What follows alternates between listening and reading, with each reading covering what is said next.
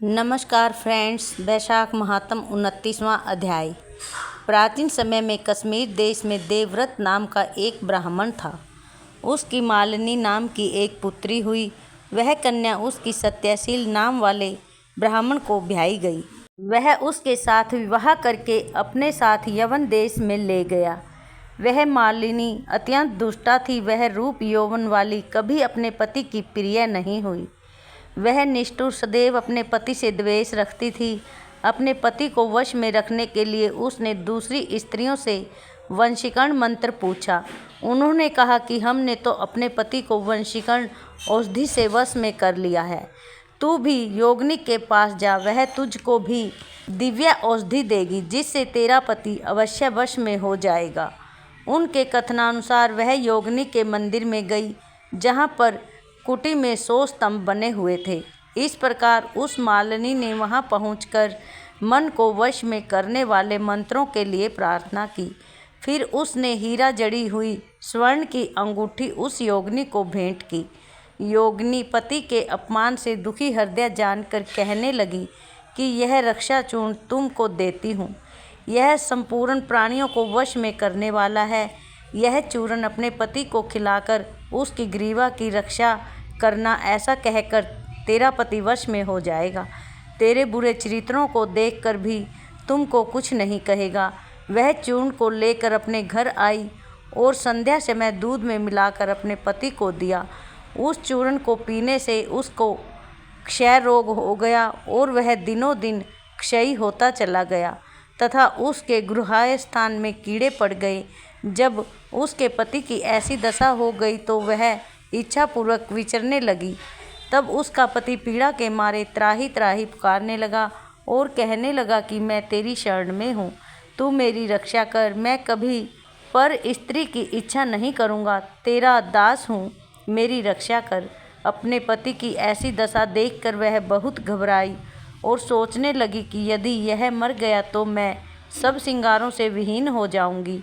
ऐसा सोचकर वह फिर योगिनी के पास गई और उससे सब वृतांत कहा। तब उसने पहली औषधि का दाह शांत करने के लिए दूसरी औषधि दी। उसको पान करते ही उसका पति स्वस्थ हो गया। तब से उसका पति घर में रहता और उसके वंशीभूत हो गया। घर के काम के बहाने और कई व्यभिचारी तथा कामी उसके घर में आते रहते, परंतु उसको अपनी स्त्री के आगे कुछ भी कहने की शक्ति न थी। इसी पाप के कारण उसके सारे शरीर में कीड़े पड़ गए और उस मालिनी के कान, आँख और जीभा में छेद हो गए। उसके स्तन कट गए, उंगलियां गलने लगी, पैरों से लूली हो गई और ऐसे कष्ट भोग कर कुछ दिन पश्चात दुखी होकर परलोक गई और नरक भोगने लगी। 15,000 वर्ष तक ताम्रभांड नामक नरक में दगंध होती रही। फिर 100 जन्म तक कुत्ते की योनि में पड़ी रही। देवयोग से कर्म फल पूरा हो गया तो वैशाख मास की संक्रांति में शुक्ल पक्ष की द्वादशी के दिन पद्म बंधु का पुत्र नदी में स्नान कर पवित्र हो गीले वस्त्रों से ही घर में आया। तुलसी वृक्ष के पास उसने पैर धोए। उसी स्तंभ के नीचे वह कुतिया सो रही थी। सूर्योदय से पहले वह कुतिया उस चरण धोए हुए जल में लेट गई, जिससे उसके पाप तत्काल नष्ट हो गए और पूर्व जन्म के सब पाप कर्मों की याद हो गई।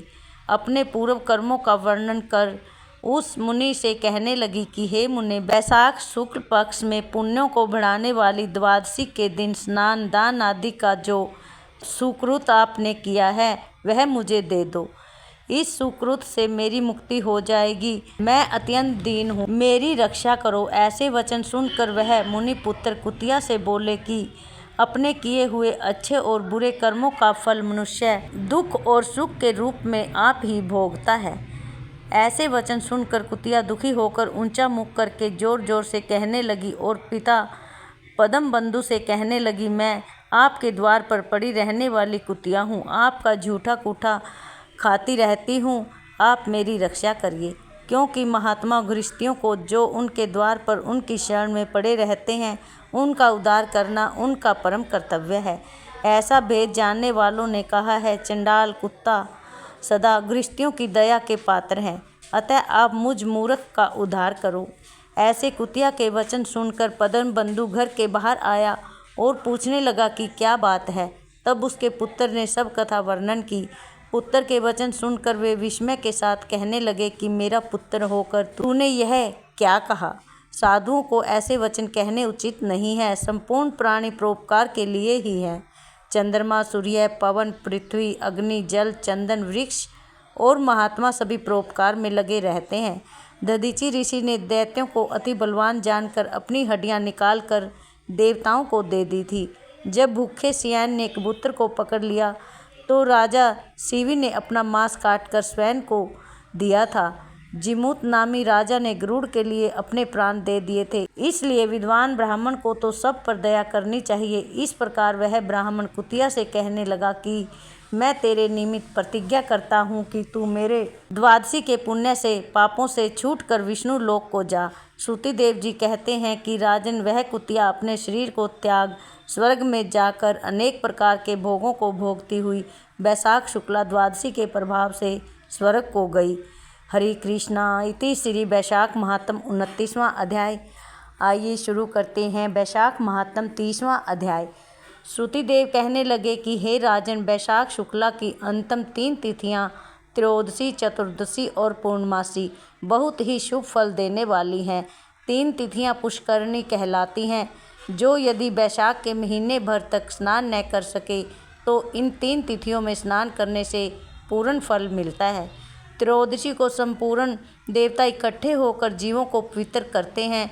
पूर्णमासी के दिन संपूर्ण तीर्थ विष्णु भगवान के संग इकट्ठे होते हैं। चतुर्दशी के दिन यज्ञ सहित सब देवता उन्हें पवित्र करते हैं। वैशाख मास की यह तीनों तिथियां अति शुभ, पुत्र पौत्र आदि देने वाली तथा पाप को नाश करने वाली है। जो सारे वैशाख मास में स्नान नहीं कर सका वह इन 3 तिथियों में स्नान करके पूर्ण फल प्राप्त कर सकता है।